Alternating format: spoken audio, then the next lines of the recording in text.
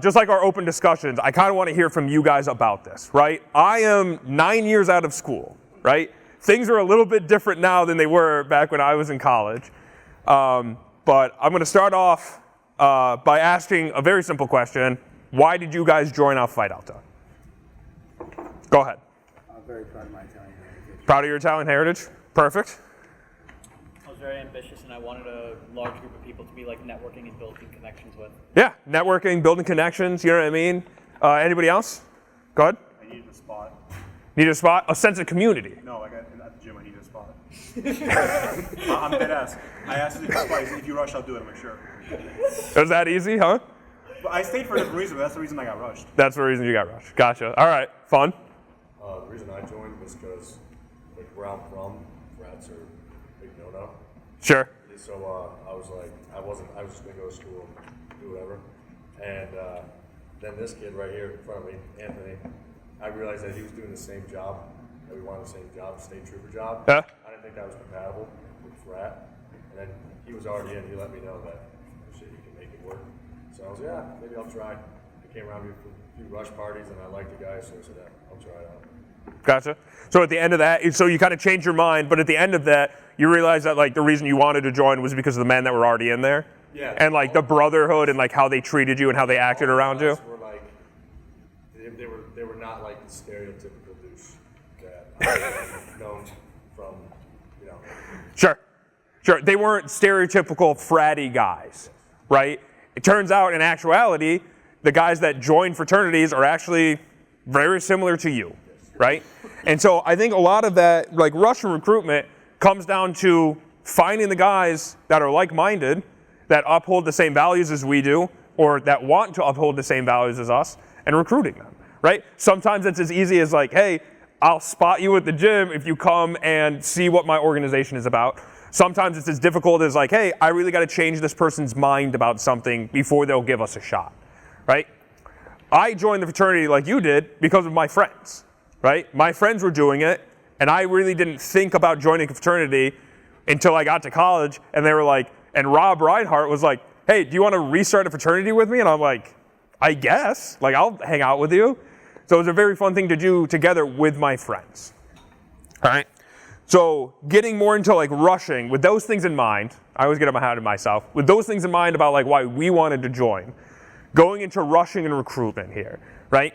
How do you guys sell yourselves, both on an individual level and a chapter level, to people who you want to join your chapter, right? What are some highlights, and like how do you convince somebody to give you a shot? Because at the end of the day, that's kind of what we are, salesmen, right? We're selling our image, we're selling our ideas, our organization as a whole. Yes? I mean, I found that from my experience, the best results usually come if you use testimonials to give like for example, in my case, me and my mom were getting evicted. I called up my current DG, Mateo. Because of them, we have 2 years of free rent. And it's like, just, you know, I use that constantly every time they rush because it's a true story, but it's also amazing how, like, just because I knew the guy from this, you know, I now have a house to live in. Yeah. Or it's like recently a crazy ex of mine stole my letters, refused to give them back, I wanted to burn them. Richie helped me get them back. Wow. And it's just knowing a guy. Yeah. It's great to have people looking out for you. Yeah, so the testimonials be like, hey, this is what you can get out of it, this is what I've gotten out of it. I think that's great. Absolutely. First-hand accounts. Anybody else? How do you sell yourselves? Go ahead. Over this past summer, I had an internship in White Plains, and I live in Queens. And I don't have a car, no shot. I was going there back and forth every day. I hit up the guys, hey, I need a place to stay over the summer, and I see you have a couch. They're like, yo, you want that fucking couch? That's your fucking couch for 3 months. And I mean, you'll only have to fucking pay like the water bill, which is really not that Sure. high. So there was really no fucking hesitation behind it. I don't know who else. I had no other internship offers. I had nowhere else I could have stayed. And I mean, that was a very crucial part into shaping me and setting me up for future success. If I didn't pledge for 6 weeks, that my future could go, I would have a much harder time establishing myself to be very different. Yeah, absolutely. So you're talking to potential new members about the advantages of joining and the benefit of having that network and stuff like that. Yeah, absolutely.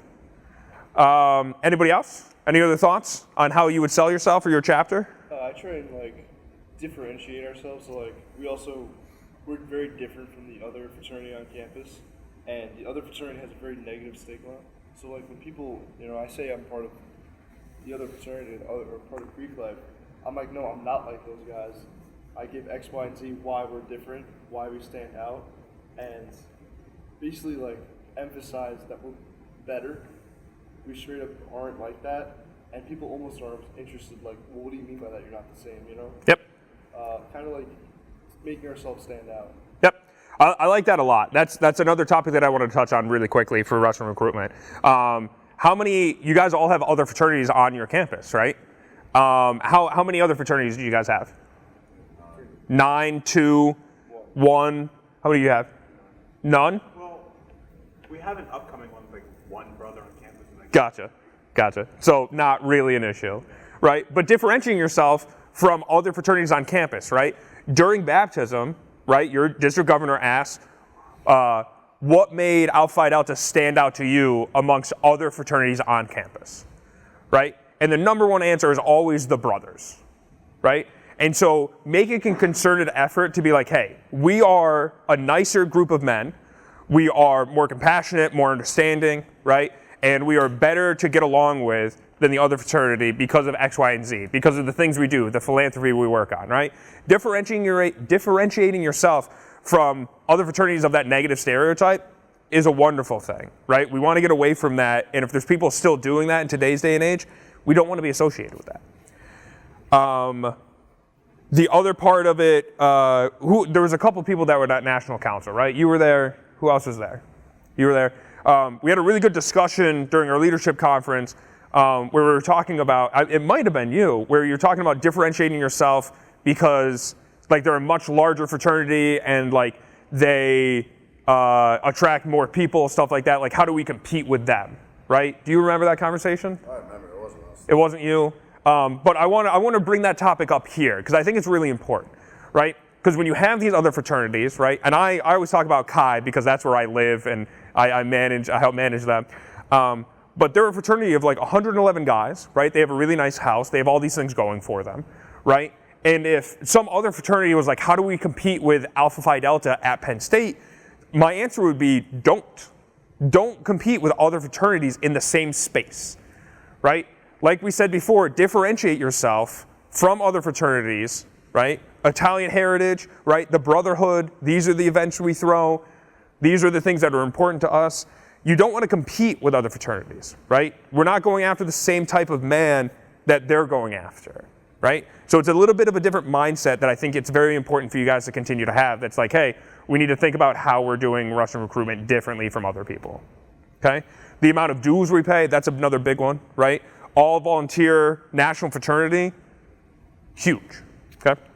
So I think we got to focus on what makes us different from other fraternities and what makes us stronger, okay? Any other thoughts or comments on Rush? Anything that you're really proud of that you do at your chapter for Rush? Trying to spread some ideas around. Go ahead. Not what we actively do, but after one of like our brothers in our chapter passed, we raised a bunch of money for him. Now he has a scholarship for ABD. For your chapter? Yeah. So after, okay, so I'll repeat it. So after a brother passed away, you guys created a scholarship, and is that given out to a brother? Yeah. And that's managed by the chapter? No, it's managed by national. Oh, it's a national fraternity for the foundation? Who hands out the scholarship? The national, our national. Right, so the foundation does that. Yeah. Okay, all right. So the foundation does. See, that's wonderful. That's a great way to be like, hey, this is important to us. This is a really big thing. Like, this started with us, like in memorial. Like, that's great. It's really good. Anybody else?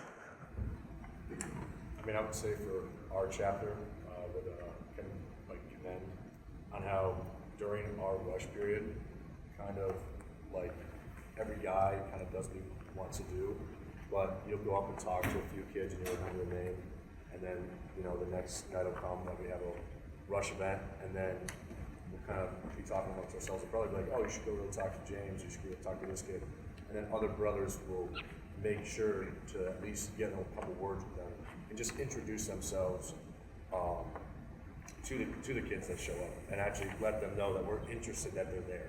Yeah. Comparatively to just being like, oh, here, you're at our house, have fun. But Yeah. we actually go up and talk to them and try and see how they are, what their major is, shit like that. Yeah, I think that's a very interesting point because do you guys have like open houses or like open events for like rushies to like come and like view the house or like to get to meet people? I think making that concerted effort for like each individual member of the chapter to be like, hey, I'm Mitch, how you doing? Oh, you're like an engineering major? Let me introduce you to James, right? And kind of like not really playing ping pong, but being like, hey, I'm really gonna take you around and like I'm gonna introduce you to different people. I think that's really important, right? That personal touch of like, hey, let me lead you through meeting a lot of these people, I think is really important. Yeah, it's great. Because you can find somebody that you really connect with, somebody who wants to join, and be like, hey, maybe you'll connect better with this guy than this guy, and that'll help much better down the road. Yeah, it's great. Anybody else? Any other thoughts? Anything you like to do as a chapter for Rush? Any events that you like to throw for rushing? I mean, what we often do, both as like it works two ways.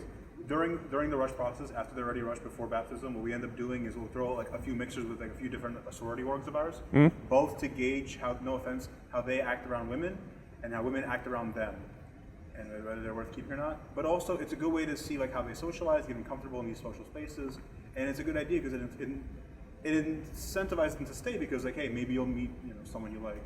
Yeah. Well, I think the base idea of like, hey, we want to see how you interact in the world, right? And it's a judge of character is really what it is. You know what I mean? How do you interact with us? How do you interact with other organizations, other people? Because if you don't uphold the same standards that we do, even before you're a pledge, then it's not going to work out. So that's a good idea. It's very nice. Any other thoughts? I like the open house idea a lot. We try to mock that, but in the sense that we don't, for whatever reason, we don't put our address on the rush posters. We say, hey, we meet here, and then sometimes we'll bring guys back to our house and stuff. But we don't just like, I don't know, I guess like the guys who live there don't feel comfortable just putting it straight there. Because it's more of a residence, because again, Alpha Phi Delta does not own houses, so it's a personal residence that's being used for like other capacity. Yeah. It's not like an official thing. It's Jordan's house, so it's just. Yeah. And Jordan's nice enough to let us hang out there, right? Break into his house. All right, cool. Any other thoughts on rushing and recruitment? 4 o'clock. We got some time. Anything else? No? All right. So let's talk about some like chapter obligations here. So through the rush and recruitment process, by the end of it, you have a list of names and a group of young men who you'd like to join our fraternity, right? How many of you vote on that list? Do you all vote on the list and vote on each name, make sure everybody joins? Yeah. Good, because that's a constitutional responsibility for you for you all to do that, right? You guys should be doing that. And then starting with the pledge process, the first thing on the pledge process is voting on like the new member education plan. We're talking a schedule of events, a review of the educational material, plans for the brothers to be involved with it, right? All of those things should be reviewed by the chapter and voted on so that everybody's on the same page, so that when pledging starts, we're on program, we're on message, and the new members get the attention and knowledge they need to be the best brothers possible, right? So do we all vote on the new member education plan?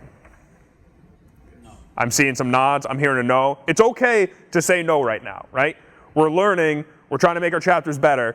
So we hear no. Anybody else say no? It's like the pledge process? Oh. The pledge plan? Does everyone get a say or just The pledge master should make it. He should present it to the chapter and say, this is my plan. Do we all approve it? Oh, no. My chapter, he's dictator. It's whatever he says goes with that. And so does that work for your chapter? So far. So far. But if there's a dispute in the plan, what would happen? If there's like, hey, this event isn't a good idea, and your pledge master just says, we're doing it anyway? Yeah. Gotcha. Well, that could lead to some conflict there, right? And so this is a safeguard that's built into the Constitution, into the bylaws. Again, we talked about bylaws earlier. We got to set those up and make sure you guys are following them, right? And so this should be something that you guys do, okay? So we'll work together later, and we'll talk about a little bit more of those things in specifics. but you guys are voting on them, so everyone's on the same page. Okay? And there's no dispute, and there's an understanding that there's responsibilities from the brothers to be engaged with the new member education process. Okay? We just had a Pledge Masters meeting, right? I thought it went really well, talked about a lot of good topics. I'm going to bring up a few of them here. So we hit like 3 pillars, right? Education for new members, pledge class cohesion, and then brother involvement, right? Those are 3 major things, okay? So starting with brother involvement, right? Starting with that approval of the pledge process. That one's a tough one. Lets all the brothers know when, where, and how much like obligation they have to this process, all right? So what are some other thoughts by you guys to keep your brothers engaged and involved with the new members, with the pledges?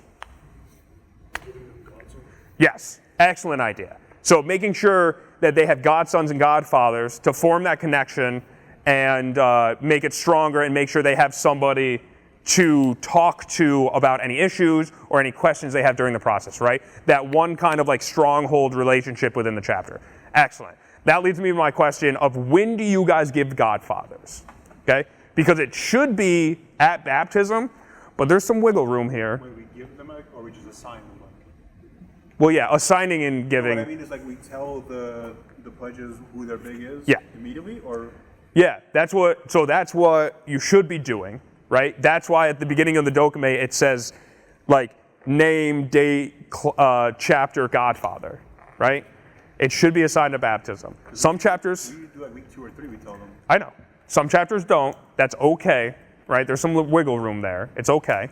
Because some chapters do it like week 2 or 3, and it's like, hey, this is like an exciting thing. We're going to put on like a dinner or like an event to be like, hey, showcase like this is your godfather. Like this is why it's important kind of thing. So it's okay. But other chapters do it differently, and I want to talk about why we do it differently, right? So you do it week 3. You do it at baptism, right? I know you guys do it week 3, right? Who else? When do you guys do it? Baptism. You do it week 2 or 3, right? When do you guys do it? You're all together? Oh, okay. We usually do it the week before we allow NIPS to join in. That's where we like the policy has been. Gotcha. So we have like 1 week of clarity and then it's chaos. All right, cool. And so people do it for different reasons, right? But we should all use that godfather connection as a way for the brothers to stay involved and have that strong connection for pledges to have that connection to. So holding events that brothers can go to, obviously very important. How about pledge cohesion, right? How do we maintain that like 5 is 1 or 6 is 1 kind of mentality? We're like, hey, you guys are in this together, and you should all cross together. We should all make it together. Go ahead. Well, usually the PM kind of like tells them like, you know, at this time you guys should be in the library studying. You know what I mean? Yep. Like you guys should be all together for a good amount of time in the library studying. You know, you should be doing your homework and looking at the dopamine, things like that. Yep. Oh, okay. So it's kind of like, hey, you're responsible for your pledge brother and like work together. Like his mistake is your mistake, kind of like weakest link kind of mentality, right? Yeah. Another thing we started doing too as a working for us is, I believe like we're halfway through the process, a little more than halfway, we start telling them if one of you drop, all of you drop. What week do you do that? Because we run 4-week processes because we're smaller. Yeah. So around like the middle of week 2. Gotcha. Do you feel like you have better retention rates because of that mentality? Gotcha. Because instead of, you know, obviously you're part of like a pledge class. Yeah. But instead of feeling like you're fighting for yourself, because I pledged with him. Yeah. If they would have told me that, you know, obviously to me there would have been a better chance of me not dropping. Yeah. I'd worry a little bit, and if that's good and it works, you know, you can keep doing it. But I'd worry about like social obligation or social pressure, and like that may grow some like resentment and stuff like that. So like talk about it with your chapter, you know what I mean? Because that's a mentality and a culture that you can cultivate at your chapter. So that's a conversation to have though. It's not crazy, it could work. Any other thoughts? Did you have a? Okay.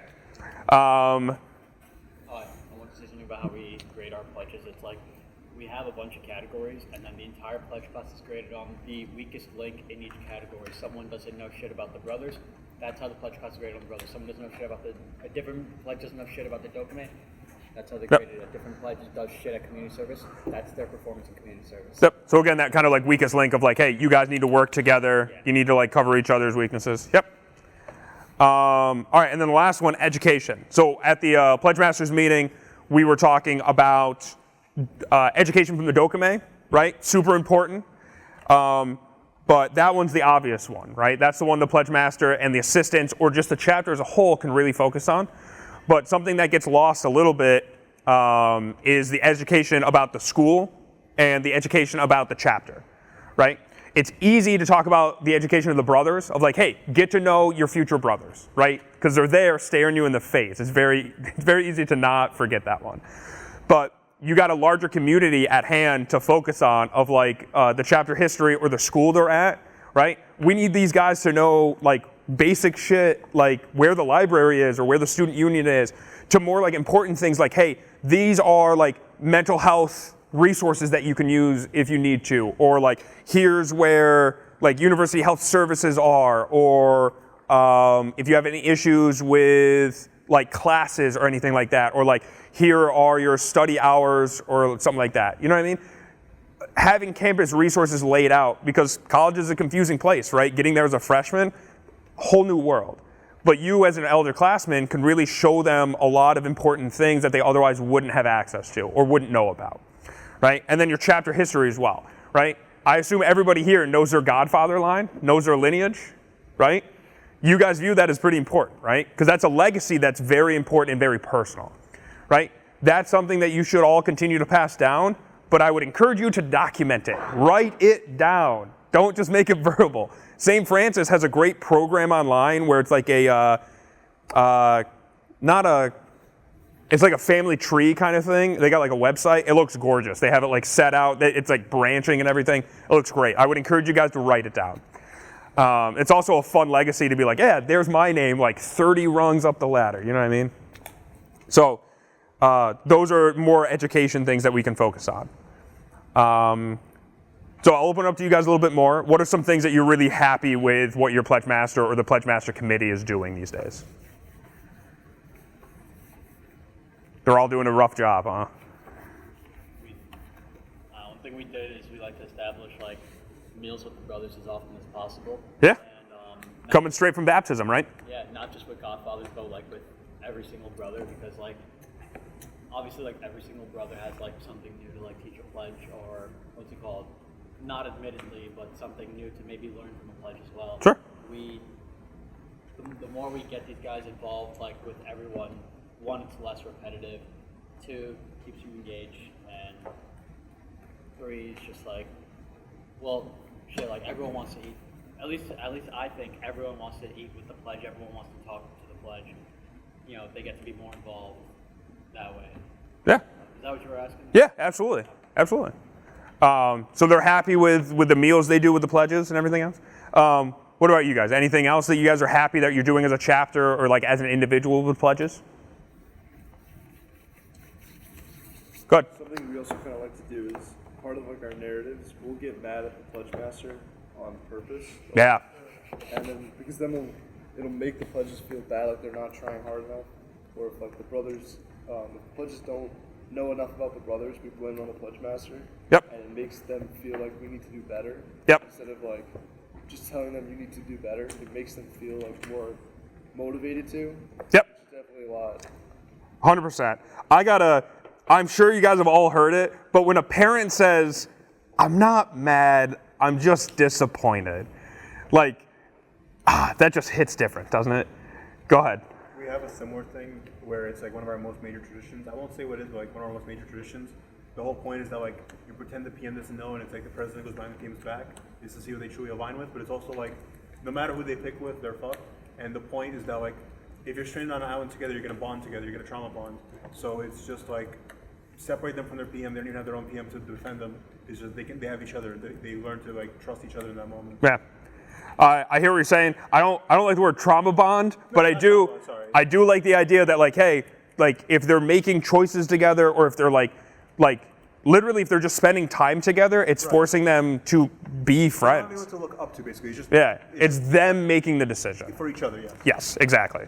Isolation bond? I don't know what the I think just bonding as a group, group bonding.